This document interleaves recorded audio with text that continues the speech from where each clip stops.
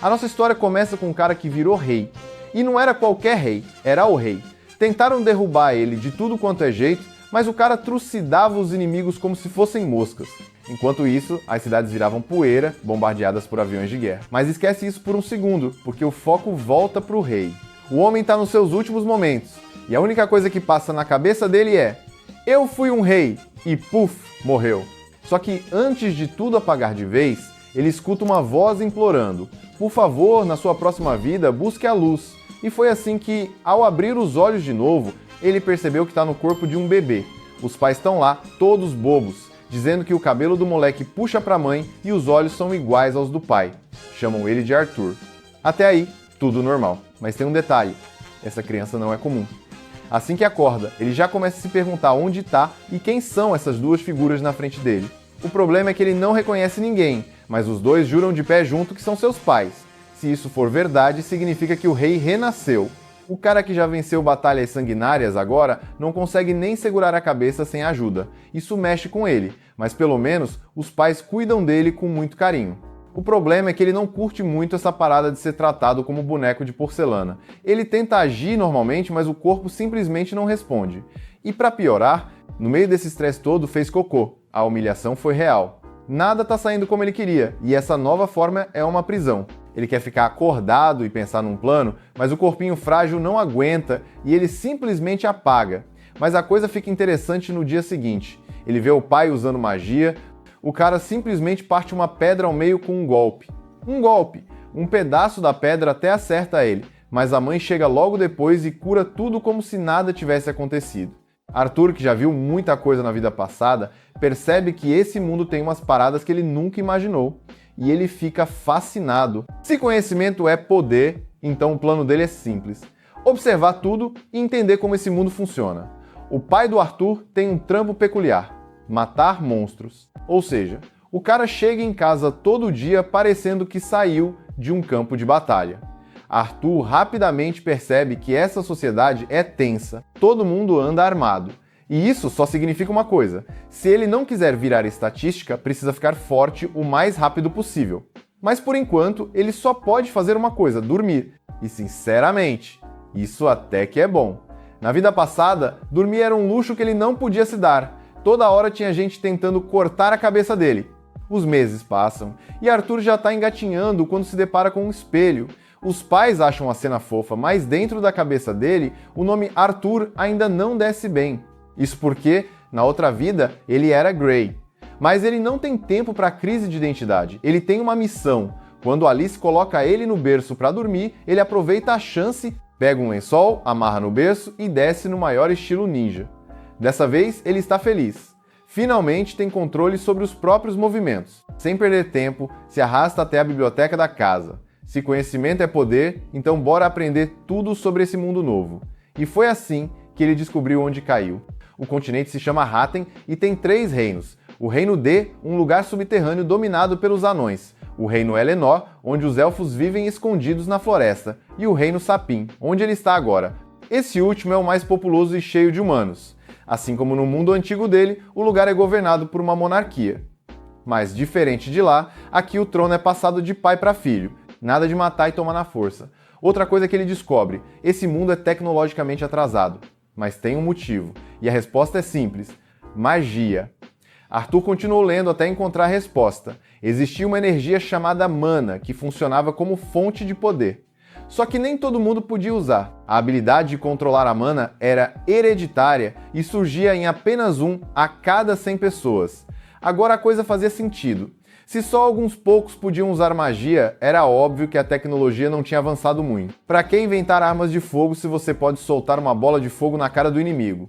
Arthur descobriu que a mana tinha 2 jeitos principais de uso: aumento e conjuração. Os aumentadores turbinavam o próprio corpo, ficando mais rápidos, fortes e resistentes, enquanto os conjuradores moldavam a mana para soltar feitiços cabulosos. Mas, lembrando da magia que viu a mãe usando, Arthur sacou que talvez as coisas fossem mais complicadas do que pareciam. De qualquer jeito, o segredo para controlar a mana estava no tal do núcleo de mana. A maioria das pessoas despertava isso entre a puberdade e a adolescência, juntando a energia espalhada pelo corpo até formar esse núcleo e virar mago de verdade. Arthur comparou isso com algo que ele já conhecia: O esquema era o mesmo, ficar ciente da própria energia, aprender a controlar e depois soltar. Ele achou que podia usar esse conhecimento da vida passada para sair na frente e começou a se concentrar. Mas antes que conseguisse qualquer coisa, sua mãe o pegou no colo no maior reflexo ninja. Alice sentiu um cheiro suspeito e, sem hesitar, decretou: "Tem cocô aqui." Arthur, lógico, negou na hora, mas, quando tocou a bundinha, confirmado. Se existisse um buraco negro ali, ele teria pulado dentro. Alice levou ele para trocar, enquanto ele só conseguia pensar numa coisa: precisava ficar mais forte. 2 anos se passaram e Alice estava encantada com Arthur, jurando que ele era o bebê mais lindo e esperto do mundo. Mas tinha uma parada que preocupava ela: o moleque nunca sorria. Um dia, ela flagrou Ray no quintal, com Arthur segurando uma espada minúscula. O olhar que ela lançou no marido foi o tipo de coisa que deixaria até um guerreiro tremendo. Arthur, por outro lado, estava amando. Em 2 anos de observação, ele percebeu que sua mãe era a verdadeira chefe da casa. Será que esse mundo era matriarcal? Mais tarde, Alice levou Arthur para dar um rolê na vila. Para ele, aquilo era muito mais do que um simples passeio. Era uma oportunidade de entender melhor o mundo onde caiu. As armas e ferramentas mostravam o nível tecnológico, os materiais estranhos indicavam recursos desconhecidos e o melhor, ele viu magia sendo usada bem na sua frente. Ele estava se divertindo, mas no fim do dia o corpinho de criança não aguentou e o sono veio com força. Mesmo assim, Arthur refletiu. Será que todas as famílias eram assim? Na vida passada ele cresceu em um orfanato, nunca soube o que era ter uma casa de verdade. Mas agora ele sentiu o calor dos braços da mãe. E isso era bom. Enquanto fechava os olhos, Alice olhava para ele e pensava que um dia o filho ia querer explorar o mundo, assim como o rei. No fundo, ela queria que Arthur tivesse uma vida tranquila, mas sabia que isso não ia durar para sempre. Dias depois, Arthur observava seu pai tentando usar magia. Ele achava ótimo ter alguém para aprender, mas Rei não era lá o melhor professor. O cara tentou fazer uma pedra flutuar e falhou miseravelmente. Quando mudou para magia de aumento, no entanto o negócio funcionou direitinho. Na hora da soneca, Alice levou Arthur para o quarto, mas passaram pela biblioteca no caminho. Arthur ativou sua técnica secreta de bebê, fez cara de pidão e apontou para os livros. Alice tentou resistir e falhou. A essa altura, Arthur já tinha aprendido muita coisa, mas a mais importante era a criação do núcleo de mana. Ele começou a juntar os fragmentos espalhados pelo corpo e focá-los num único ponto. Era difícil, mas ele estava conseguindo. Até que, bum, a casa tremeu inteira. Rei protegeu Alice da explosão e os dois que estavam do lado de fora correram para ver o que aconteceu. Quando chegaram, viram Arthur levitando. O moleque olhava para eles todo radiante. Deu certo! Ele botou os pés no chão de novo, satisfeitíssimo. Mas, do nada, um pedaço de madeira carbonizado por ele mesmo começou a despencar. Arthur pensou rápido. Não é possível que eu vou morrer assim. Foi quando sua mãe surgiu na frente dele. E seu pai, com magia de aumento, desviou os destroços. Naquele momento, Arthur entendeu. Eram seus pais que garantiam sua segurança. Ele tinha os pais que qualquer criança deveria ter. Alice, tremendo, segurou o filho nos braços e chorou de alívio. Até mesmo Ray, sempre durão, deixou algumas lágrimas escaparem. Arthur não entendeu por que eles estavam chorando. Devia ser orgulho, né?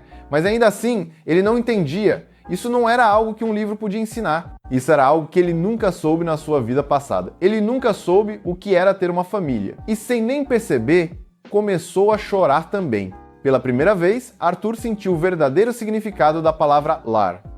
Ele nunca teria feito uma parada dessas na vida antiga dele porque todo mundo esperava que ele fosse um rei durão, sem coração. Teve uma vez que um cara tentou matar o Arthur. Quando pegaram o cara, juntaram o conselho inteiro para decidir o que iam fazer com ele. E para piorar, ainda queriam mandar a mulher e o filho do cara para um campo de concentração que, tipo assim, nunca nem ouviu falar em direitos humanos. Basicamente iam torturar e fazer experimento nos dois, só porque sim. Aí o cara começa a implorar pro Arthur: pelo amor de Deus, poupa minha família, eles não têm culpa do que eu fiz. E aí, como um ato de bondade, entre muitas aspas, o Arthur resolve matar o cara na hora, sem drama. Segunda-feira comum pra ele naquela época. Mas hoje em dia as segundas dele são bem diferentes. Ele passa treinando com o pai, o Reynold. O Reynold quer que ele treine usando manopla, só que o Arthur já manja muito de espada, tipo, vida inteira de experiência. Então nem rola trocar de arma. Como o Arthur tá firme na espada, o Reynold decide usar uma também. E para deixar a parada mais interessante, ele coloca mana na espada dele. Só que aí, do nada, o Arthur faz a mesma coisa e simplesmente corta a espada do pai como se fosse papel. O Reynold fica de cara, percebe que o Arthur é talentoso demais pro nível dele, então já começa a cogitar chamar um professor de verdade. Ele entra para falar com a Alice sobre isso, mas ela já solta um nem a pau, logo de cara. Não curte nem um pouco a ideia de mandar o Arthur para uma cidade qualquer para estudar. Eles já tinham combinado antes. O Reynold ia ensinar luta e ela ia ensinar magia. Só que o Reynold insiste, tipo, o moleque cortou minha espada, véi, com mana e tudo, e ele ainda é um pirralho. A Alice sabe que o Arthur é tipo prodígio, mas mesmo assim, odeia a ideia de largar ele numa escola longe de casa. Aí os dois começam a discutir. Climinha tenso. O Arthur, já de saco cheio da discussão, solta: ué, por que vocês não vão comigo pra cidade então? Aí os dois ficam tipo, opa, dá pra fazer isso? E percebem que isso resolveria tudo. Então eles decidem ir juntos. No dia seguinte chega uma carroça pra levar eles pra cidade. E quem tá junto na viagem? Um grupo de amigos antigos deles que ajudou a reconstruir a casa depois que o Arthur explodiu tudo. O grupo se chama Chifres Gêmeos. O líder, Adam, se apresenta pro Arthur. Depois vem a Angela, que já chega metendo um mata-leão nele, enquanto se apresenta Climinha de carinho, e a Alice tá lá assistindo a cena toda, feliz da vida. Antes do Arthur apagar, o Deran aparece e salva ele da Angela. Esse é mais de boas. Só dá um toque aqui no Arthur e se apresenta também. Aí o Arthur repara que tem uma mina em cima da carroça, parada lá só pra parecer estilosa, porque, né, não tem motivo nenhum pra estar ali. Ela não fala nada, só fica na dela, e aí o pessoal diz que o nome dela é Jasmine. A última do grupo é a Ellen, que é arqueira. Com todas as apresentações feitas, o grupo sobe nas carroças e parte em viagem. No meio do caminho, a Alice pergunta pro Arthur se ele tá empolgado com a primeira viagem grande dele. Ele diz que sim, mas por dentro tá só pensando em como esse mundo é atrasado. Tipo, eles ainda viajam com carroça puxada por cavalo, enquanto no mundo antigo dele, ele tinha uma frota de carros voadores à disposição. Depois de passar o dia todo na estrada, o pessoal resolve parar para almoçar. Então eles montaram um acampamento, mas mal tinham parado e já foram atacados por uns lobos. Só que os bichos eram meio burrões, nem tentaram cercar a galera, só saíram correndo em linha reta e, claro, tomaram um pau dos aventureiros em 2 tempos. Arthur achou a cena toda mó interessante, porque era a primeira vez que ele via uma luta de verdade nesse novo mundo, e ele já tá com aquela ideia fixa de ficar forte o bastante para lidar com essas paradas sozinho logo logo. Como agora tinha um monte de carne de lobo sobrando, o pessoal resolveu fazer um churrasquinho básico pra janta. Só que sem tempero nenhum, então ia ser só carne grelhada raiz mesmo. Aí a Alice percebe que o braço do Reynold tá meio zoado e se oferece para curar ele com magia. Mas antes dela fazer qualquer coisa, a Jasmine manda ela esperar um pouco. Todo mundo se junta em volta da Alice para fazer vigia, porque curandeiros como elas são tipo lenda nesse mundo. Se alguém vê ela usando magia de cura, pode dar ruim e vão querer sequestrar, usar ou coisa pior. Depois que a Alice termina de curar o Reynold, cada um volta para o que estava fazendo, mas o Adam decide que quer se exercitar um pouco antes de dormir. E claro, a ideia genial dele é lutar contra uma criança de 4 anos. Parece meio escroto, né? Mas ele ouviu falar que o Arthur é cabuloso de forte e queria tirar a prova. Então é só um treino amistoso. O Adam já bota a mana na lança dele e manda o Arthur se preparar. O Arthur vai lá e faz o mesmo. Quando começa a luta, o Arthur canaliza a magia para os pés. E bem na hora do impacto, ele simplesmente some e reaparece atrás do Adam. Seria o momento perfeito para atacar, mas o pezinho de criança dele escorrega e ele perde o equilíbrio. O Adam aproveita e se recupera rapidinho. Eles continuam trocando golpes. Enfim, o Arthur acaba sendo arremessado para trás, porque o corpo dele é leve demais para aguentar a pancada de um veterano. Ele voa e quase se esborracha no chão, mas o pessoal corre e segura ele a tempo. Todo mundo começa a xingar o Adam por quase quebrar o moleque, mas ele se defende dizendo que não teve como pegar leve, o Arthur é forte demais. Não é normal uma criança aguentar esse tipo de pancada. Ele até acha que o Reynold tá treinando o garoto como um super soldado. Mas a real é que o Reynold ele nem ensinou nada disso pro Arthur. O moleque aprendeu tudo sozinho mesmo. Logo depois, a Jasmine chega perto do Arthur e assusta ele sem querer. Ela ficou bolada com a luta e pergunta como ele fez aquele lance de magia nos pés. O Arthur queria guardar esse truque pra ele, já que é algo que ele dominou na vida passada. Só que pelo jeito dela tá claro que ela vai encher o saco até ele ensinar, então em algum momento ele vai acabar cedendo. No dia seguinte, seguem viagem de boa. No caminho, param de vez em quando para descansar. Durante esses rolês, o Adam ensina umas paradas básicas de lança pro Arthur, e a Ellen mostra umas dicas de arco e flecha. E mesmo com essas aulinhas rápidas, o Arthur pega tudo rapidinho. Como na vida passada ele só manjava de espada, essas lições estão sendo ouro para ele. E como ele tá aprendendo tanta coisa, resolve ensinar o truque dele pra Jasmine. Afinal, se você canalizar magia nos pés e usar magia de vento junto, dá pra ficar ultra rápido. Ele faz uma demonstração. E a Jasmine já manda ver igualzinho na primeira tentativa. Mais tarde, o Arthur tá de boa lendo um livro de magia na carroça, mas por algum motivo a Jasmine tá lá também, só sentada do lado, encarando ele sem dizer uma palavra. E não é por acaso não, viu? A Jasmine tá claramente tentando ficar cada vez mais próxima do Arthur. No dia seguinte, ela até dá uma faquinha pra ele como forma de agradecimento por ter ensinado aquela técnica. Dá pra ver na cara dela que ela curte o moleque, ainda mais porque ela normalmente nem liga muito pra interagir com os outros. Pouco depois, a galera entra de volta nas carroças e segue viagem. Mas quando o Arthur tá lá de boa lendo o livrinho dele, do nada a carroça é atacada por bandidos. Os caras cercam tudo, não tem pra onde fugir. O chefão dos bandidos manda capturar as mulheres e crianças pra vender como escravas, e aí a treta começa de verdade. Os bandidos avançam e os aventureiros fazem o possível para segurar a onda. Em termos de força bruta, o grupo dos Twin Horns e o Reynolds são bem mais fortes que os bandidos normais, mas tem bandido demais. Eventualmente, eles iam acabar sendo encurralados. Aí numa dessas, o Reynolds é arremessado de volta para dentro da carroça pelo chefão dos bandidos e se machuca feio. A Alice tenta ir lá curar ele, mas o Reynolds manda ela ficar quieta. Se os bandidos descobrirem que ela tem poder de cura, ela vai virar alvo fácil. Em vez disso, ele pede pro Arthur fugir com ela o mais longe possível. O Arthur não quer abandonar o Reynolds, mas aí ele solta a bomba. A Alice tá grávida de outro filho. Ou seja, proteger ela é prioridade máxima. Arthur entende e se prepara para fugir, usando magia, esperando o sinal do Reynolds. Enquanto isso, o velho vai segurando os bandidos. O chefão manda a galera ir atrás do Arthur e da Alice, mas o Reynolds se joga na frente e não deixa barato. Na primeira vez ele apanhou, mas agora tá lutando pela família, então tá indo com tudo. Enquanto isso, uns bandidos menores tentam pegar o Arthur e a Alice, mas o Adam e a Jasmine mandam umas facadas certeiras e derrubam geral, abrindo o caminho pro Arthur fugir com a Alice. Todo mundo tá dando sangue pra proteger eles, e o Arthur tá correndo como nunca, tentando garantir a segurança dela. É até irônico, na vida passada o Arthur fazia tudo por interesse, sem se importar com ninguém. E agora tá fugindo para salvar alguém que ele realmente valoriza. Depois de um tempão correndo, ele acha que já estão longe o suficiente. Só que não.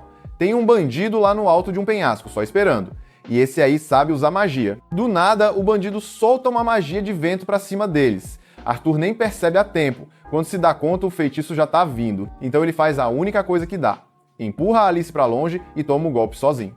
A rajada de vento joga o Arthur para trás e ele começa a cair do penhasco. Com aquele corpinho de criança, cair de lá é praticamente sentença de morte. Mas se ele vai morrer, não vai sozinho. Enquanto tá caindo, ele puxa a faquinha que ganhou da Jasmine e taca no bandido lá em cima. A faca acerta e a cordinha enrola no tornozelo do cara. Com isso, Arthur puxa o desgraçado junto com ele. Os aventureiros até tentam usar magia para salvar o Arthur, mas ele já caiu longe demais. Não tem mais o que fazer. Ele tá condenado. Enquanto despenca, o Arthur começa a lembrar da vida dele. Mesmo indo pro saco, ele sente uma paz estranha, porque conseguiu proteger quem era importante para ele. Finalmente entende por que aquele cara na vida passada lutava tanto pela família.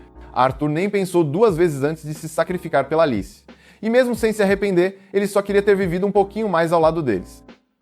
Depois daquela queda mortal, o Arthur consegue ficar vivo e todo arrebentado se arrasta até uma caverna. Só que, pra variar, ele dá de cara com um monstro sinistro e começa a se arrepender de ter vindo procurar abrigo justo ali. Ele tenta dar um ataque surpresa para ter mais chance de sobreviver, mas o bicho simplesmente dá um tapão nele no ar e manda ele se acalmar. O monstro fala que não é do mal e que só quer ser amigo. O Arthur ainda tá todo ferrado e se não comer alguma coisa, não vai conseguir se recuperar. O monstrão começa a pegar umas frutinhas da parede da caverna e manda o Arthur comer. Mas ele não bota fé em fruta que cresce em parede de caverna aleatória, né? Ele até tenta levantar para dar um jeito de conversar e sair fora dali, mas aí as dores batem de verdade. Ele ouve algo estalar e começa a chorar igual criança. O bicho manda ele parar com o chororô porque já é milagre ele ter sobrevivido àquela queda. Arthur queria perguntar um monte de coisa, mas o monstro fala que só responde depois que ele comer as frutas. Meio desconfiado, ele dá uma mordida numa frutinha e, pra surpresa dele, o bagulho é gostoso demais.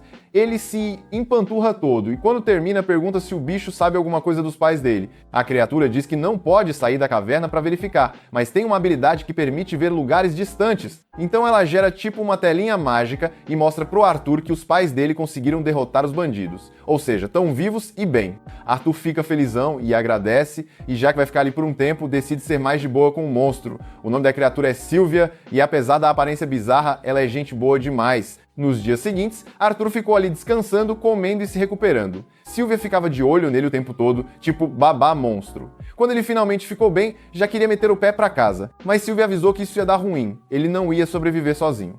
A caverna onde estão fica nos cantos da floresta dos elfos, que tá lotada de besta mágica e bandido do tipo sem alma. Arthur não ia dar conta. Mas calma que nem tudo tá perdido. Sylvia tem um poder de abrir fenda dimensional, tipo um portal que pode mandar ele pra casa ou pelo menos pra um lugar mais tranquilo. Só que isso leva um tempinho pra carregar, então o Arthur vai ter que ficar por ali por enquanto. Sem muito o que fazer, ele pega um galho e começa a treinar uns golpes, tipo espadachim solo. Os dias passam e ele até curte ficar com a Sylvia, mas ainda não sabe nada sobre ela. Só sabe que ela é monstruosa por fora, gentil por dentro e tá se escondendo de alguma coisa. Depois de treinar com um galinho sagrado, ele senta numa pedra e começa a meditar para treinar mana. Sylvia fica chocada que um pivete daquele tamanho já tem um núcleo de mana e duvida que ele tenha aprendido isso sozinho. Aí ela estica a mão e mostra uma quantidade absurda de mana se acumulando enquanto ela faz magia. Arthur fica de queixo caído, porque ela tá acumulando mana ao mesmo tempo em que conjura, coisa de mestre. Se ele aprendesse isso, ia virar um monstro de forte. Mas antes de ensinar, Sylvia pergunta o que ele pretende fazer com esse poder. Arthur nunca tinha parado para pensar nisso, mas lembra do que rolou com os pais e os amigos quase morrendo para os bandidos. Então ele fala todo sério que vai usar esse poder para destruir qualquer um que tentar machucar a família dele. Só que Sylvia não curte nem um pouco essa resposta. Dá um peteleco na testa dele que joga o moleque para trás. Ela diz que nunca ensinaria essa técnica para alguém com esse tipo de pensamento. Arthur fica sem entender nada. Tipo, ué, não é normal querer eliminar os inimigos? Mas Sylvia quer ensinar uma lição. Ela aponta o dedo para a testa dele e diz: com esse dedo, ela podia partir o crânio dele em dois, ou fazer um carinho. Ela olha bem séria pro Arthur e manda a real. E aí, tu prefere que eu te esmague ou te faça um carinho? Óbvio que o Arthur não é maluco, então ele responde que prefere o carinho, né? Aí ela começa a explicar que é fácil se deixar levar pelo ódio e pela raiva, mas se tu cair nessa, tua vida vira um ciclo sem fim de rancor e violência. E ela não quer ver o Arthur jogando a vida fora assim. Então ela manda a pergunta de novo. O que você vai fazer com esse poder? Dessa vez o Arthur pensa melhor, lembra dos sorrisos da galera que ele gosta e responde que quer usar a força dele para proteger quem ele ama. Aí sim a Sylvia curte a resposta. Enquanto isso, do lado de fora da caverna, um bicho muito parecido com a Sylvia tá chegando perto, rastreando ela sem dó. Agora vemos o passado do Arthur. O Arthur lembra que ele era o rei, mas não mandava em tudo não.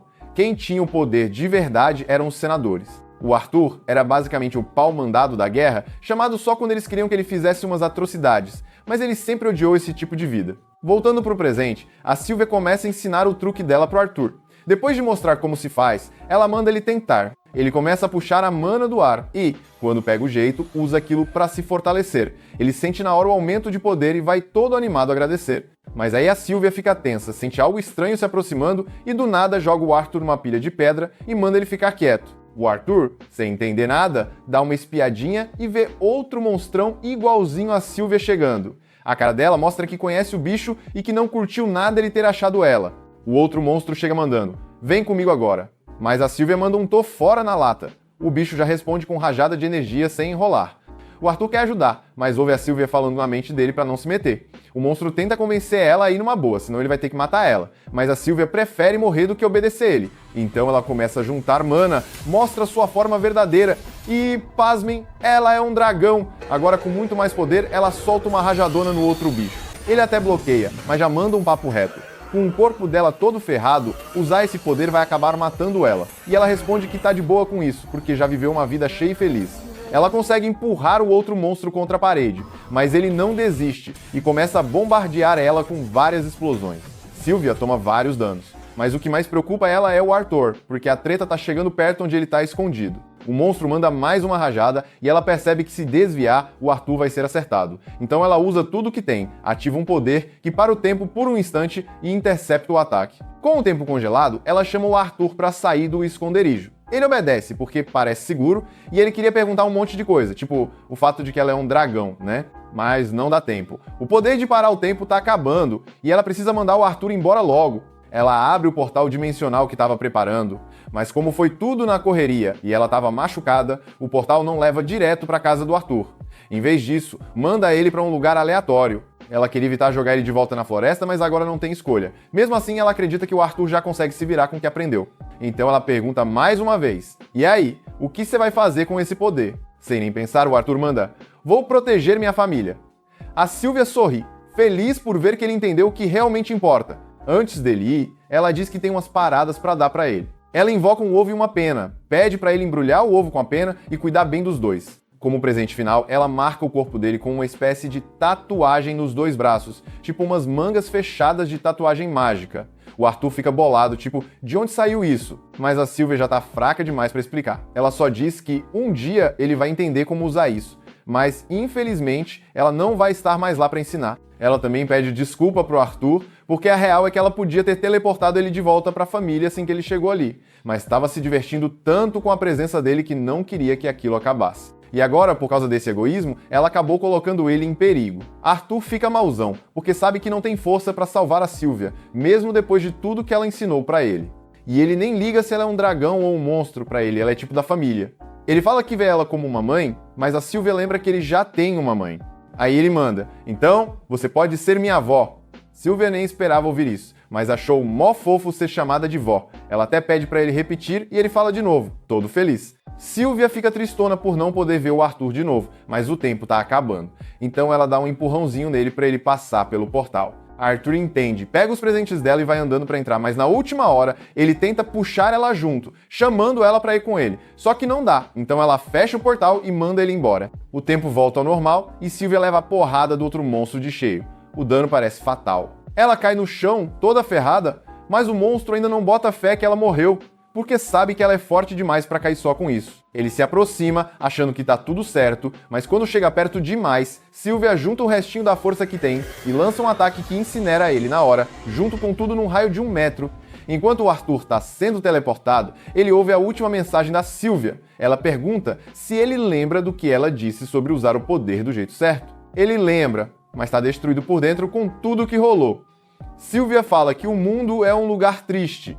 Então coisas assim vão acontecer, não tem jeito. E é por isso que ele precisa fazer diferente. Precisa mudar as coisas. Arthur diz que não tem como ele mudar o mundo, que é demais para ele. Mas Sylvia não tá esperando que ele mude tudo de uma vez. Pode ser aos poucos, um passo de cada vez. Afinal, não é a primeira vez que ele tenta comandar o mundo. Sylvia sabe da vida passada dele como rei. E apesar de não curtir como ele governava naquela época, ela acredita que se ele não deixar o ódio consumir ele, vai virar um rei de verdade, um que faz o mundo melhor. Pouco tempo depois, Arthur acorda no chão, jurando para si mesmo que vai cumprir o pedido da Sylvia.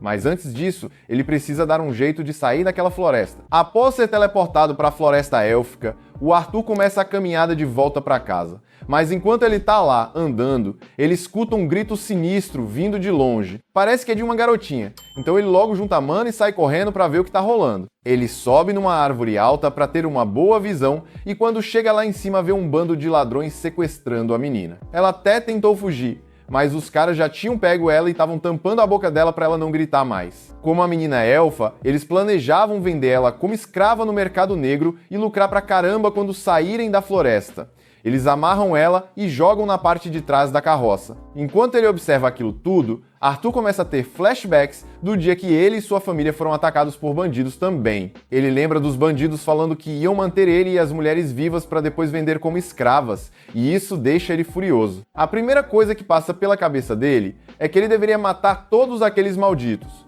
Mas ele lembra o que a Sylvia falou sobre controlar a raiva. Então ele respira fundo, tenta se acalmar e pensa que, se atacar agora, vai colocar a vida da menina em risco. Ele decide ser paciente e esperar a hora certa para agir. Os bandidos entram na carroça e começam a sair da floresta, e Arthur segue eles de boa, escondido na sombra. Quando chega a noite, eles param para descansar, já que não dá para viajar no escuro. E Arthur começa a pensar se continua seguindo eles até a cidade dos humanos ou se ataca agora. Mas aí ele ouve um dos bandidos falando que a raça favorita dele são os elfos. Aí Arthur percebe que não pode mais deixar eles sozinhos com a menina, então ele se prepara para agir. Mas antes ele precisa esperar a noite ficar bem escura. Arthur se senta e começa a meditar, para se preparar para a treta que vai rolar. Quando escurece o suficiente, ele abre os olhos e começa a bolar o plano. Ele vê que os bandidos têm alguns lobos com chifre presos com uma corda e fica achando estranho que os lobos não estão resistindo, obedecendo fácil aos humanos. Aí ele percebe que os lobos estão com colares mágicos para forçar a obediência. Isso pode ser útil para ele, então ele joga umas pedras nos lobos para deixar eles mais nervosos. Os bandidos escutam os lobos uivando e o líder manda um dos caras ir lá calar os lobos. O bandido levanta e dá um chute no pescoço de um lobo para ele parar de latir. Nesse momento, Arthur aproveita que o bandido está distraído, invoca uma monoblade e pula nas costas do cara, já cortando ele rapidinho. O bandido cai sem nem perceber o que aconteceu. Arthur pega a arma do bandido e enquanto outro cara vem ver o que foi aquilo, ele pula nas costas dele e corta a garganta. Mais 2 bandidos já eram, mas o corpo de Arthur já começa a ficar cansado. Ele precisa terminar logo com isso. Nesse momento, outro bandido aparece para ver porque os outros 2 estão demorando, e quando Arthur tenta matá-lo de uma vez, ele acaba errando o ponto vital. O bandido grita e alerta os outros da presença dele. O líder dos bandidos percebe que Arthur é um mago, então sabe que a luta não vai ser fácil, mas também não quer matar ele, porque vender um mago no mercado negro renderia mais grana do que a elfa. O líder começa a canalizar magia para os braços e parte para cima de Arthur com um golpe forte. Arthur se esquiva e tenta contra-atacar com um chute, mas o líder dos bandidos conseguiu desviar, aí o Arthur tenta pegar ele de surpresa jogando a faca, mas o bandido pega a faca e usa contra ele. Resultado, Arthur vai parar no chão e o bandido levanta pelos tornozelos, só pra zoar. O bandido fala que ele não tem chance contra um adulto quando se trata de força, e Arthur percebe que o bandido tem razão.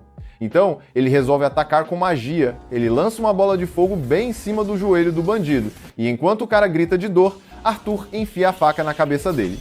Agora, só falta acabar com o bandido que Arthur machucou antes. Quando ele morre, Arthur vai até a carroça para ver a menina. A menina estava vendada o tempo todo, sem saber de nada que estava rolando. Arthur fala para ela que já deu conta de todos os bandidos, então ela tá segura agora. O nome dela é Tessia, e enquanto Arthur ajuda ela a sair da carroça, ele diz que ela pode ir para casa, mas aí Tessia vê o sangue na mão dele e fica super preocupada com ele. Arthur percebe que é normal criança ficar assustada com sangue, então acha que não é uma boa ideia deixar ela ver os corpos dos bandidos espalhados. Ele pede para Tessia esperar ali 1 minuto e vai cobrir os corpos com uma lona. Aí, Tessia pergunta o que aconteceu com as pessoas que sequestraram ela. E Arthur não quer dizer que matou todo mundo, então ele só fala que eles se meteram em um acidente e não vão mais incomodar ela. Ela não faz mais perguntas. Então Arthur pega as coisas dela da carroça dos bandidos e se despede, porque ele precisa continuar indo para casa. Mas Tessia pega o braço dele e implora para ele ficar, porque ela não quer ficar sozinha. Se ele a deixar ali, ela pode ser comida por fantasmas das árvores ou algo assim. Arthur pergunta se ela sabe o caminho de casa,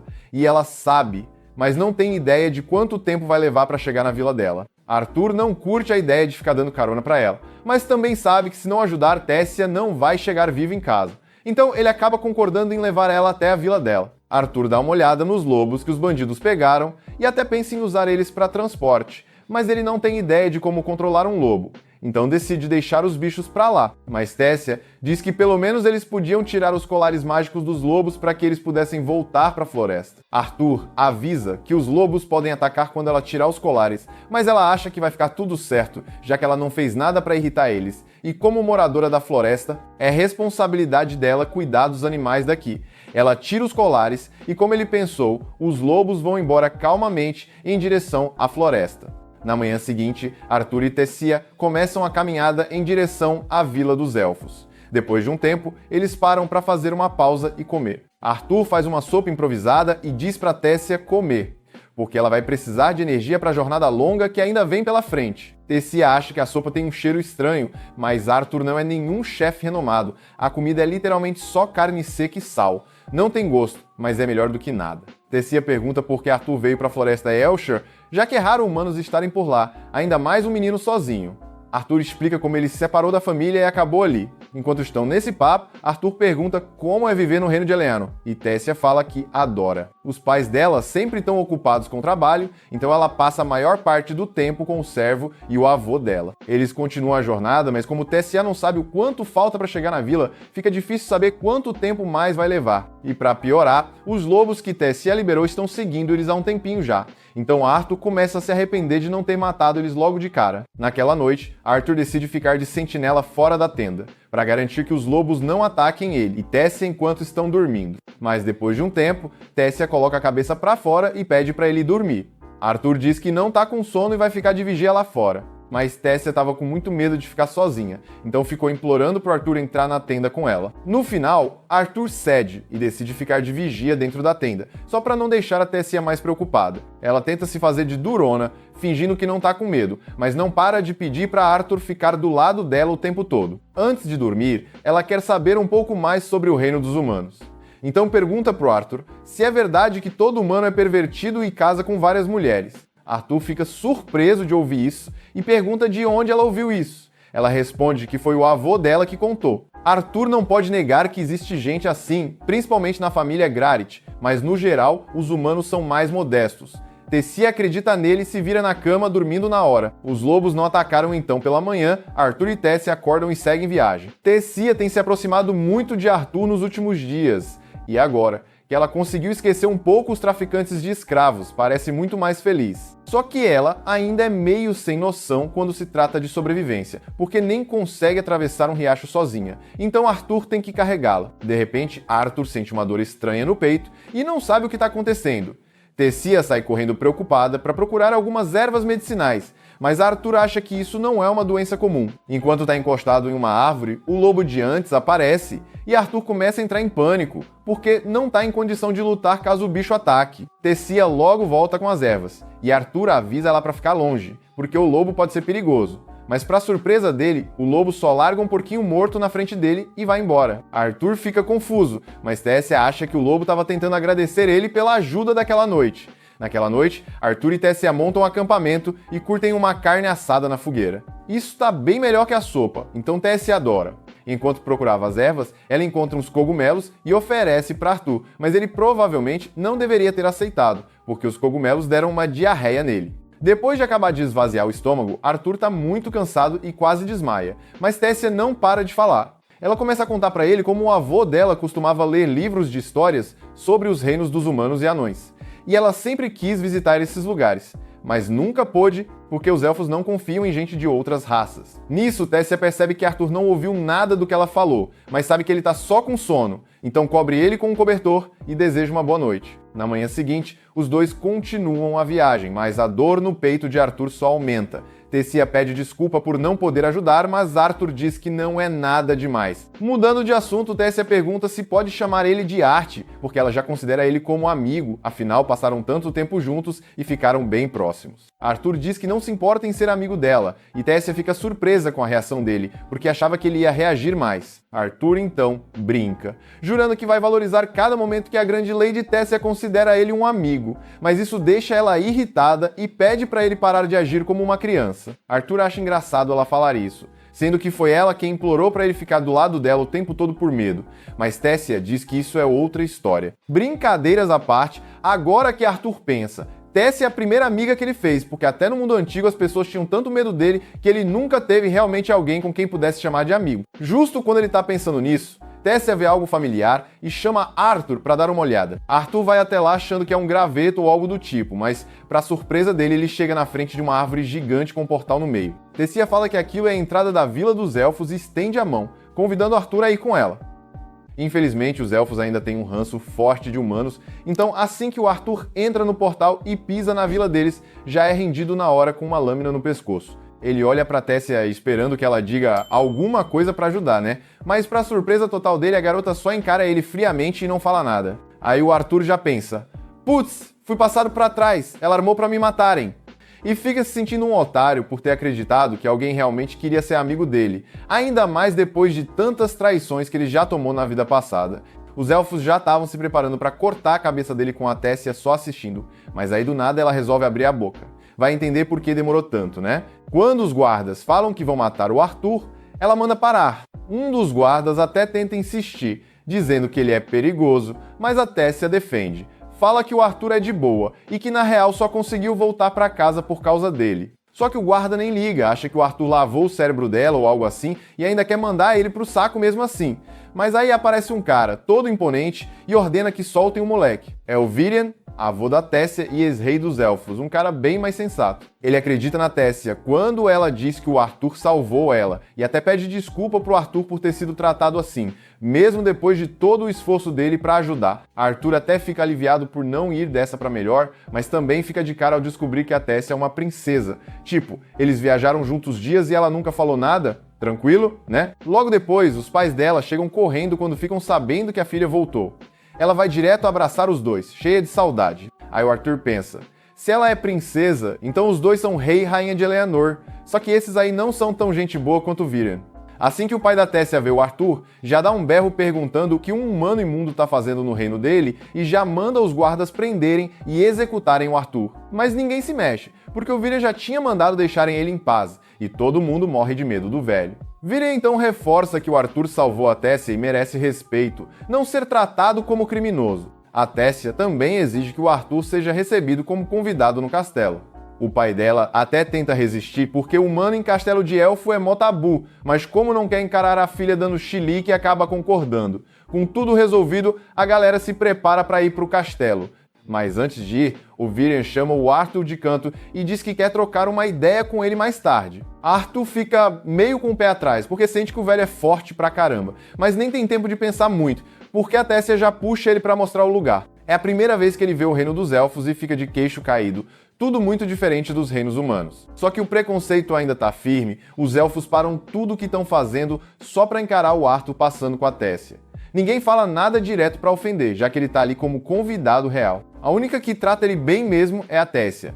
Mas o Arthur ainda tá bolado com o fato dela ter demorado tanto pra defendê-lo. No meio disso tudo, ele sente de novo aquela dor no peito que vem piorando a cada dia. Mas até agora, ele não tem a menor ideia do que tá causando isso. Quando chegam no castelo, os empregados da Tessia aparecem para recebê-la, e ela já manda geral tratar o Arthur com respeito, mesmo ele sendo humano. Aí depois disso ela pergunta se ele quer brincar com ela. Mas o Arthur diz que primeiro precisa conversar com os pais dela, afinal, eles devem querer saber o que rolou e como ela voltou. Eles vão para a sala de reuniões, e a Tessia insiste em ir junto, porque não quer ficar de fora. Já que vão bater um papo mais sério, ela sugere trazer uns lanchinhos. Virou quase um chá da tarde. Aí o pai dela se apresenta formalmente. O nome dele é Aldu, e como o Arthur já imaginava, ele é o rei de Eleanor. A mãe se chama Muriel e o avô é o Virian. Arthur se apresenta com humildade, diz que é só um camponês do reino de Sapin e que sabe muito bem que um humano como ele não teria nem chance de pisar em Eleanor, muito menos trocar ideia com a família real, então agradece pela recepção. O Aldo até se surpreende com o jeito maduro do Arthur, considerando que ele ainda é só um garoto. Mas o mais importante mesmo é que ele quer saber direitinho o que rolou com a Tessia e como ela acabou sumindo. Aí o Arthur conta tudo, desde quando ele se perdeu da família por causa de um ataque de bandidos até acabar na Floresta dos Elfos. Só deixou de fora a parte em que conheceu a Sylvia na caverna. Quando chega na parte em que encontrou a Tessia, ele explica que ela estava sendo sequestrada por uns traficantes de escravos. O Alduin fica indignado que humanos ousaram tentar vender a filha dele como escrava. Mas o Arthur já manda a real, que os elfos também já fizeram coisa parecida, então não é exclusividade de humano não. Virian então pergunta como o Arthur conseguiu salvar a Tessia, e ele responde na lata: matou todos os caras. Um dos guardas começa a gritar, dizendo que não tem como uma criança ter feito isso sozinha. Mas o Virian já corta ele na hora, mandando calar a boca se não quiser ser demitido. Arthur estava falando sério, e o Alduin acredita nele. Agora que todo mundo entendeu o que rolou, Arthur aproveita para fazer um pedido. Quer ajuda para voltar para casa. Já tinha dito que ficou preso lá depois do ataque dos bandidos, então só queria uma ajudinha para voltar para o reino dele. Alduin quase explode de raiva. Como assim um humano tá pedindo favor para a realeza élfica? Mas também o moleque salvou a filha dele e ainda levou ela até em casa, né? No mínimo, um favorzinho ele merece. E se ele não ajudar, vai ter que lidar com a Tessia fazendo birra. Então acaba topando. Só que tem um problema. O portal mágico que leva de volta para Sapin tá selado. Só abre de 7 em 7 anos na reunião dos chefes das 3 tribos. A última foi há 2 anos, então o próximo portal só rola daqui 5 anos. Arthur já fica agoniado, não quer esperar isso tudo. E o Alduin também não curte a ideia de deixar um humano no reino dos elfos por 5 anos. Então ele diz que vai mandar um grupo escoltar o Arthur até Sapin. Quer que ele vá embora o mais rápido possível, mas como já tá tarde, deixa o Arthur passar a noite lá no castelo. Arthur agradece pela ajuda, mas a dor no peito só piora. E o Virian percebe que tem algo errado com ele. Um tempinho depois, arrumam um quarto pro Arthur no castelo e ele vai tomar um banho, só que a dor piora cada vez mais, e ele começa a ficar com medo de morrer. Depois do banho, ele vai para a sacada pegar um ar, ver se melhora. Sente uma leve melhora, mas sabe que precisa descobrir logo o que está causando essa dor antes que dê ruim. Aí, do nada, olha para cima e vê a Tessia com os pais na sacada de cima. Aquilo faz ele lembrar dos pais dele. Ele ainda não sabe se o Reynold e a Alice sobreviveram ao ataque, mas acredita que sim, eles são fortes. Mesmo assim, ele queria muito poder falar com eles agora. Aí a Tessia percebe que ele tá triste e depois de conversar com os pais, vai falar com ele. Quando alcança o Arthur, pede desculpa pelo jeito que o pai dela tratou ele. Mas Arthur responde que tá de boa, entende o lado do Alduin. Afinal, rolaram décadas de guerra entre elfos e humanos, então é natural que ele desconfie, ainda mais quando envolve a filha dele. Falar de paz faz o Arthur lembrar de novo que tá longe dos dele e começa a se perguntar se eles vão ficar felizes em vê-lo de novo. Afinal, toda a viagem era para ele, então talvez eles o culpem pelo que rolou. Ele também se culpa por não ter conseguido proteger a família dos bandidos e por ter se separado deles. Mas aí a Tessia segura o rosto dele com as duas mãos e começa a balançar a cabeça dele, tipo, acorda, cara. Ela não conhece os pais do Arthur, mas diz que se forem parecidos com os dela, com certeza vão ficar felizes quando o reencontrarem. De repente, o corredor se enche de vagalumes brilhantes e no meio da luz toda, o Arthur começa a lembrar dos sorrisos dos pais dele. Desde que nasceu nesse mundo, eles sempre mostraram amor por ele.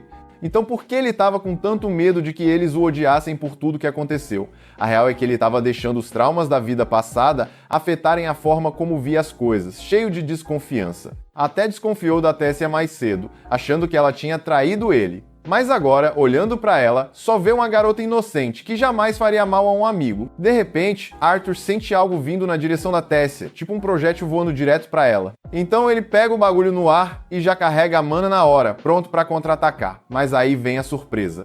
Quem jogou o troço na Tessia foi o próprio Virion. Arthur fica em choque, tipo, mano, não é possível que o velho tentou matar a própria neta. Mas o Virion já manda a real, ele nunca quis machucar a Tessia. Aquilo que ele lançou eram só uns vagalumes mágicos, não ia doer nadinha. Mesmo assim, ele achou insano o jeito que o Arthur reagiu tão rápido, todo no reflexo. O motivo dessa pegadinha foi simples. O Virion queria ver se o Arthur estava falando a verdade sobre ter derrotado aqueles mercadores de escravos. E bom, tava. Tessia chega na voadora dizendo: provou parar de zoar o Arthur, mas ele nem veio só pra isso. Ele diz que percebeu algo diferente no Arthur e quer tirar a prova com um duelo, só pra medir o nível dele. Aí o Virion faz aparecer uma espada de mana pro Arthur usar, e ele tira a Tessia dali com magia pra ela não se machucar. Arthur topa o duelo e já parte pra cima, mandando golpe atrás de golpe, mas o velho é rápido demais. Mesmo com mana impulsionando os movimentos, o Arthur não consegue acompanhar. Quando finalmente acha que tem uma brecha, Virion só dá um tapinha e estoura a espada dele como se fosse de brinquedo. Um pedaço da espada voa na direção da Tessia e o Arthur, sem pensar duas vezes, joga o que sobrou da espada para desviar o pedaço e proteger ela. Depois disso, ele vai com tudo só com a mana, sem arma nenhuma. Mas o Virion segura de boa com a mana dele também. A força do cara é absurda, então o Arthur tá claramente em desvantagem, mas ele não é de desistir fácil. Mesmo depois de ser lançado pra longe, ele volta correndo e consegue dar um golpe limpo na testa do Virion. Não fez muito estrago, mas o velho ficou impressionado por ele ter conseguido passar pela defesa e acertar. Ele até queria continuar a luta, mas aí a Tessia vai lá e dá um beliscão na bunda dele, mandando ele parar de encher o saco do Arthur. Arthur fala que tá de boa, que até se sente honrado de um cara tão forte querer duelar com ele. Aí o Virion solta que quer treinar o Arthur, tipo, virar mestre dele mesmo. Arthur fica meio sem reação, achando que era zoeira, mas o velho garante que tá falando sério. Aí pergunta: e aí, vai aceitar ou não? Arthur fica na dúvida, principalmente porque ele ainda nem teve chance de avisar os pais que tá vivo. Mas o Virion diz que conhece um jeito de ele falar com os pais agora mesmo. Isso já deixa o Arthur curioso. Só que antes de responder, ele sente outra dor forte no peito. E o Virion percebe na hora o que tá rolando. Ele diz que o Arthur herdou a vontade de uma besta mágica. E se ele não aceitar virar discípulo dele, essa vontade vai acabar matando ele. Depois de ouvir uma notícia tão pesada, o Arthur até tenta dormir, mas não consegue pregar o olho. A saudade da família misturada com o medo de bater as botas logo faz ele ter um pesadelo brabo, tipo paralisia do sono com demônio e tudo. Aí do nada ele ouve alguém chamando o nome dele. Quando abre os olhos, dá de cara com a Tessia sentada em cima dele. Tentando acordar, o cara faz mó tempão, enquanto ele só fica resmungando sobre um monstro. Ela já tá ficando bolada. Ela manda ele se apressar porque o Virion já tá esperando lá fora. Arthur levanta, começa a trocar de roupa e Tessia pergunta se ele vai mesmo ficar ali e virar discípulo do vô dela. Mas o Arthur ainda tá na dúvida. Tudo depende se o Virian vai conseguir ou não botar ele em contato com a família. Se ele conseguir pelo menos falar com os pais e avisar que tá vivo, já vai ficar de boa. Quando ele termina de se arrumar, os dois descem juntos. Só que assim que abrem a porta, dão de cara com o Alduin tretando com o Virian. O Alduin tá puto só de pensar no Arthur morando no reino élfico, dizendo que isso quebra umas tradições milenares dos elfos. Mas o Virian tá nem aí, ele curtiu o Arthur e vai transformar o moleque em discípulo sim, e ninguém vai impedir. A Tessia tenta defender o Arthur, mas o Alduin corta ela no meio, falando que ela tá claramente puxando sardinha pro lado do Arthur. Coincidentemente, o Virian também tá de saco cheio de ouvir o Alduin, então manda os dois jovens entrarem logo na carruagem porque eles têm coisa pra fazer. A viagem demora tanto que a Tessia acaba capotando no banco. Arthur pergunta se ainda falta muito e dessa vez chama o Virian de vô. O velho acha engraçado o Arthur já largando o formal, mas curte a vibe. Se o Arthur acabar mesmo morando com eles e virando discípulo, vai ser quase da família, né? E o Virian fica feliz da vida porque a Tessia finalmente tem um amigo pra brincar, ela é filha única e herdeira do trono, então a galera da idade dela geralmente se afasta. E os poucos que se aproximaram acabaram traindo a confiança dela. Por isso, hoje em dia, ela fecha a cara pra gente nova. Mas com o Arthur, ela vive sorrindo. O Virian é só gratidão. Arthur também tem um pé atrás com confiar nas pessoas, mas quando olha pro Virian, só vê um vovô de bom coração, então sente que pode confiar. Quando a carruagem finalmente para, o Arthur acorda Tessia e todo mundo desce. Ele tá curioso pra saber quem é essa pessoa misteriosa que fez o Virian atravessar o mundo pra visitar. Virian já chega batendo na porta com raiva e berrando pra Rhaenyra sair logo. Ele chega a encostar o ouvido na porta pra escutar e leva uma portazada na cara. Depois que se recompõe, apresenta a Rhaenyra como uma maga especial. Segundo ele, com os poderes dela, vai dar pra ajudar o Arthur a falar com a família. Ela chama todo mundo pra entrar. Só que por dentro a casa parece bem normal, tem até um balde d'água em cima da mesa, o que deixa o Arthur encucado. Como é que ela vai ajudar ele com isso? Aí ela explica que é uma vidente, do tipo que vê passado e futuro. Ela usa os poderes rapidinho no Arthur e já percebe que ele é diferente, porque tem partes do passado dele que ela não consegue enxergar. Mas mesmo que conseguisse, ela só vê uns pedaços aleatórios mesmo, nada muito claro. Só que o Arthur nem veio pra saber do passado ou do futuro. Ele só quer avisar pros pais que tá vivo. A Rhaenyra então empurra o balde pra ele e fala pra ele pensar nos pais com o máximo de detalhes possível pra dar certo. Ela começa a usar os poderes e em segundos o Arthur já começa a ter umas visões. Ele vê a mãe dele, Alice, terminando de preparar uma panela de ensopado pro jantar, coisa que só os dois ali em casa não iam conseguir comer sozinhos. O pai Reynold adora esse ensopado, mas nenhum dos dois está conseguindo curtir a comida direito sem o Arthur por perto.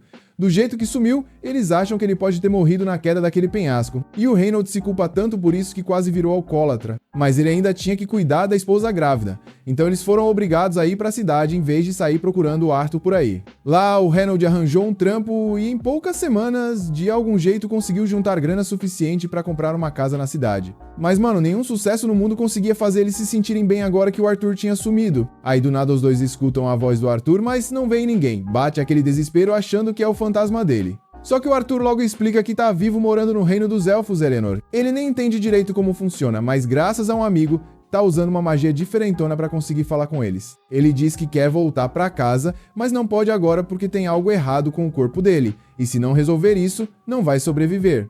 Mas jura que vai voltar assim que estiver 100%. Só não sabe quanto tempo isso vai levar. Também não quer que eles se culpem por nada, porque foi ele que escolheu fazer isso. E se precisasse repetir tudo de novo para proteger a família, faria sem pensar duas vezes. Reynold e Alice ficam super felizes de saber que o filho tá vivo. Mas ter que dar tchau de novo parte o coração do Arthur. Mesmo assim, ele fica aliviado por ter conseguido falar com eles. E decide que nunca mais vai fazer os pais passarem por esse tipo de agonia. Para isso, ele sabe que precisa ficar mais forte, então vira pro Virian e pede para virar discípulo dele. Agora só falta convencer o Alden a deixar o Arthur morar no castelo. O velho ainda tá contra, por causa do ranço que tem de humanos. Só que a Tessia lembra ele que o Arthur salvou a vida dela. Se ele expulsar o moleque, vai acabar sendo visto como um ogro ingrato. O Alden tenta argumentar que isso pode causar um problemão entre os elfos, mas o Virian já tinha pensado nisso. Ele diz que vai anunciar pra geral que o Arthur é seu novo discípulo, e com o respeito e medo que os outros têm dele, ninguém vai se atrever a reclamar. Com isso, Arthur recebe permissão oficial para morar no Palácio Real. Depois da reunião, o Alduin vai até ele e pede desculpas por ter sido escroto antes. Diz que ainda não curte muito humanos, mas o Arthur parece ser gente boa. E como ele salvou a Tessia, o mínimo que pode fazer como pai é retribuir. Então fala que o Arthur pode se considerar parte da família agora. O Arthur até estranha o Alduin e o Miel mudando de ideia tão rápido. Mas, pensando bem, o Viren e a Tessia realmente defenderam ele com unhas e dentes. Então faz sentido. Arthur agradece e diz que é uma honra poder viver no castelo. Mas aí a Tessia já chega interrompendo, diz que isso não é suficiente. Se estão aceitando o Arthur de verdade, então ela quer poder brincar com ele do lado de fora também. E já que o Alduin deu o aval, ele não vê problema nenhum. Liberados, a Tessia já puxa o Arthur pela mão toda empolgada para mostrar a cidade. Ele fica encantado de novo com a cultura dos elfos. A Tessia conhece aquela parte da cidade como a palma da mão, então avisa que tem uma loja ali perto que vende uns lanches tops, mas que é bem concorrida. Se não correrem, vai acabar tudo. Ela acelera o passo puxando o Arthur junto e ele vai rindo, curtindo o momento. Só que no meio do caminho o Arthur esbarra sem querer no moleque. Foi sem maldade, mas o pirralho já começa a xingar ele, falando que não quer os germes de humano imundo encostando nele. O Arthur até pensa: como é que esse pivete tem coragem de ser folgado assim com um soco tão perto da cara dele? Mas a Tessia logo diz pra ele ignorar que não vale a pena se estressar por bobagem. Normalmente o Arthur até deixaria quieto, mas aí o tal moleque que se chama Ferit começa a falar que a Tessia devia parar de andar com o lixo humano e dar atenção pra ele. O moleque é da nobreza élfica e se acha o dono do mundo. Então o Arthur resolve zoar ele finge que tá feliz de conhecer o tal Fit, mas de propósito erra o nome e chama o moleque de Fibbit. O Ferit já fica puto, mas o Arthur manda aquele pedido de desculpa falso, dizendo que foi sem querer. Fala que da próxima vez vai tratar Fit com o respeito que ele merece e vira as costas pra ir embora com a Tessia. Mas aí o Ferit barra o Arthur. O moleque pode até ser insuportável, mas burro ele não é. Sacou rapidinho que o Arthur tava tirando sarro e ficou pistola. Disse que não ia deixar barato e desafiou o Arthur pra um duelo, colocando o nome da família dele em jogo. O Arthur fica tipo: mano, o cara teve a coragem de me chamar pro X1 mesmo. A Tessia se mete e fala pro Fit que mesmo sendo nobre já tava passando dos limites. Mas o Fit solta aquele papinho de que é super normal desafiar alguém pra um duelo quando rola desrespeito. Aí a Tessia lembra ele de um pequeno detalhe: o Arthur é discípulo do Viren, o cara mais brabo do reino. Tipo, desafiar ele seria burrice nível hard. Mas o Fit é tão convencido que acha que não tem como perder pra um humano. Ainda manda essa: se o Arthur não aceitar o duelo, estaria desrespeitando o nome do Viren. O Arthur, por outro lado, tá tentando entender o que tá rolando. No mundo antigo dele, duelo era tipo luta até a morte, então pra ele isso tudo é meio absurdo. Mas aí ele percebe que a galera em volta tá só assistindo de boa, então deduz que aqui esses duelos são mais de boa, sem morte envolvida. A Tessia pergunta se ele tem certeza que quer isso, e o Arthur manda um vambora. Então o duelo tá valendo, e os dois se preparam. Começa o duelo, e o Ferit vem pra cima cheio de confiança, com um pedaço de pau na mão. Só que, todo mundo tem um plano até tomar um socão na cara. O Arthur acerta ele bonito, e o moleque desmaia na hora. Os amiguinhos correm pra ver como ele tá, mas a Tessia já sabia que ia acabar assim mesmo. Como o duelo acabou, ela pega na mão do Arthur e sai puxando ele de novo, porque ainda tinha um monte de lugar que queria mostrar. Os dois passam o dia juntinhos, explorando lojinhas, comendo umas paradas e curtindo tudo.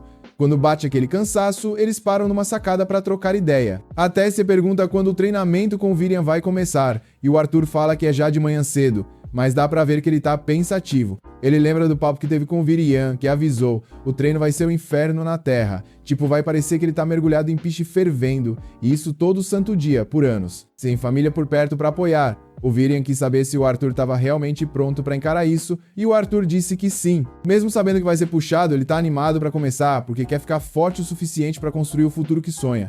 A Tessia diz que também vai se esforçar pra não ficar pra trás. Mas agora ela só quer curtir o encontrozinho deles.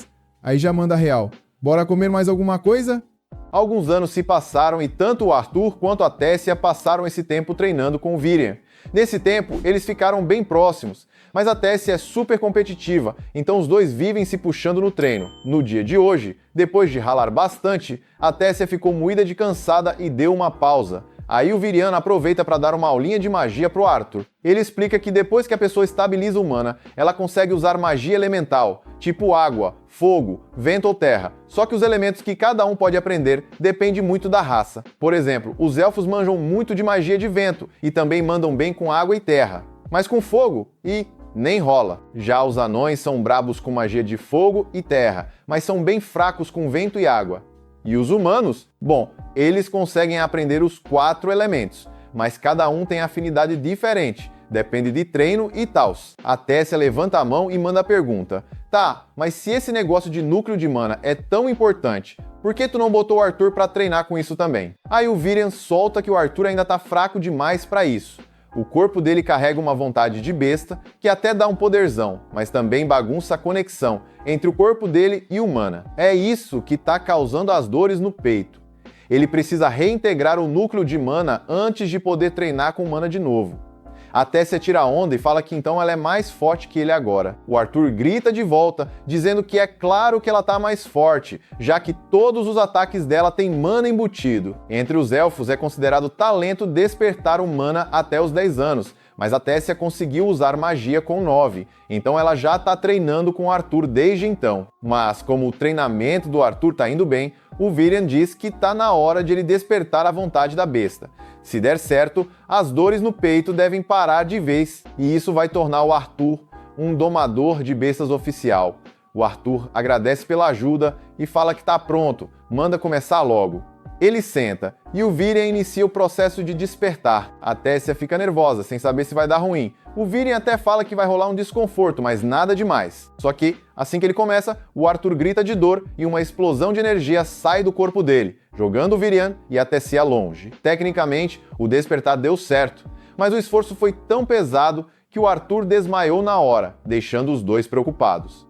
Eles levam ele de volta para o castelo e colocam o cara na cama para se recuperar. Quando o Arthur acorda, o Virian tá lá do lado. Ele pergunta se o Arthur tá bem e ele responde que sim. Então o Virian pergunta se tem algo de especial na vontade da besta que ele recebeu, porque reações daquele tipo são bem raras. O Arthur até queria esconder o lance com a Sylvia, mas vê que não tem mais como, então solta a real. A vontade da besta foi dada por um dragão. O Virian fica em choque, e com razão, porque é difícil acreditar nisso. Mas ele não pode negar que o poder do Arthur parece mesmo com o de um dragão. Aí ele vira pro Arthur e diz que ninguém pode saber disso, porque se a galera descobre, vai chover gente querendo botar as mãos nele. Depois disso, ele avisa que o Arthur vai voltar para casa em 4 meses. O Arthur fica pasmo, porque achava que ainda tinha 2 anos até a próxima reunião do Enterra, mas parece que organizaram um evento de intercâmbio cultural e os portais para a cidade vão ser abertos em 4 meses. Arthur pergunta se a Tessa já sabe, porque ela vai ficar arrasada com a notícia. O Virian responde que o rei e a rainha estão conversando com ela sobre isso agora. Mais tarde, já deitado na cama, o Arthur tá com o ovo que a Sylvia deixou para ele e tentando aceitar que vai ter que deixar a Tessia tão cedo. De repente, ele nota que o ovo começa a rachar. Pouco tempo depois, um dragãozinho nasce. Arthur fica meio preocupado no começo, mas o filhote é fofinho e parece de boa. Ele pega o bicho no colo e o dragão morde o braço dele. Arthur grita de dor e larga o bichinho. Quando olha para o braço, em vez de uma mordida normal, aparece um símbolo esquisito. Esse símbolo cria um tipo de conexão entre ele e o dragão, e agora ele consegue sentir o que o bichinho está pensando, mesmo sem entender tudo direito. Como agora ele vai cuidar da criaturinha, decide dar o nome de Sylvie, em homenagem à mãe dela, Sylvia. Depois disso, ele volta a dormir. Algumas horas depois, a Tessia entra no quarto do Arthur porque queria conversar sobre ele ir embora em 4 meses. Mas quando ela levanta o cobertor para acordar ele, dá de cara com a Sylvie deitada na cama com ele e na hora esquece completamente o motivo de ter ido até lá. O Arthur acorda assustado, achando que aconteceu alguma coisa séria, mas logo percebe que a Tessia só tá toda encantada com a Sylvie. Então ele volta a dormir. Mais tarde, o Arthur e a Tessia vão até o campo de treinamento para a aula com o Virian.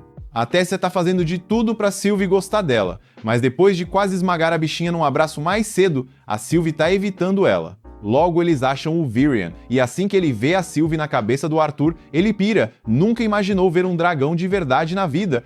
Enquanto a Tessia continua tentando brincar com a Sylvie, o Arthur explica que ela nasceu por causa do despertar bestial que ele teve no dia anterior. Ele fica pensando se andar com ela pode dar problema, porque seria ruim se descobrissem que ela é um dragão. Mas o Virian diz que não precisa se preocupar, porque hoje em dia dragões são praticamente lenda. Ninguém vai desconfiar que o bichinho de estimação do Arthur é um dragão de verdade. Só precisa dizer que a Sylvie é uma criatura exótica que parece um dragão e pronto. Enfim, hora de começar o treino.